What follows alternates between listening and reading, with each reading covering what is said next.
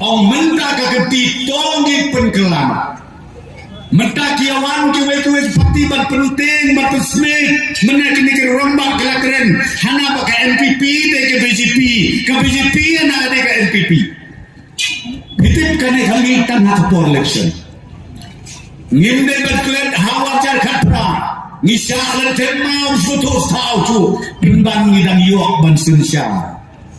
Bikin mau election keberang sudah hajar apply menciptakan katar kecil tema mengi kebulong ikrensu. Uar hajar khatra ngene tu epi ngijok khak kendai siki ameli. Hau hajar apply sak keno ana bekinom tu kinom te ki berat ke beren mengi ikrensu. Ngijok apply sik. Apply udah khak kendai. Nama kata kania jopi, kania atau kenoren. Nana juong, ladal tau prostun udah waktu watim, kumujung santai. Mereka berkat kalau kita gimana job lase atem, lane laiten nanti pilih kunu biar renteng teh. Geli lagi nama bawa epi. Ngelong baju pendekai lagi paiba. Kata dia ke bangayoi. Bak kecik penting kecik persmit joki. Hana ba tang sujud ke LPP ngikang wajah kejadian danil. Hana ngilin syah syuban mana play. Wajing tip uprastun uday way.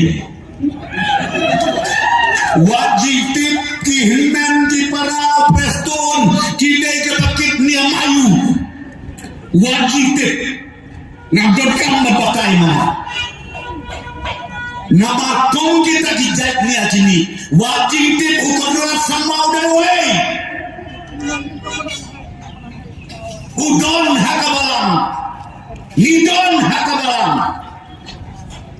wat pelong kun jakai yang ada kamu ngani tu bikai kebencian senam hajar kakendai kilong keme kilong kepati kau sama kayak bajian senam hajar kak kenai ki kapertai kemarian bawa kawai ke India yang katuka bil ke bingiong ke CAB bak mentak kala-kala taat ni orang ke CAA bikin mau katuka por hajar kak kenai hadim ke sarkar India kamut bantas yang katuka an ya kami ongkar citizenship amendment bill kaya kebajian presiden ramba jaga parti jongi ukonrat sama ngahat rapor ngadei vice president jong ke parti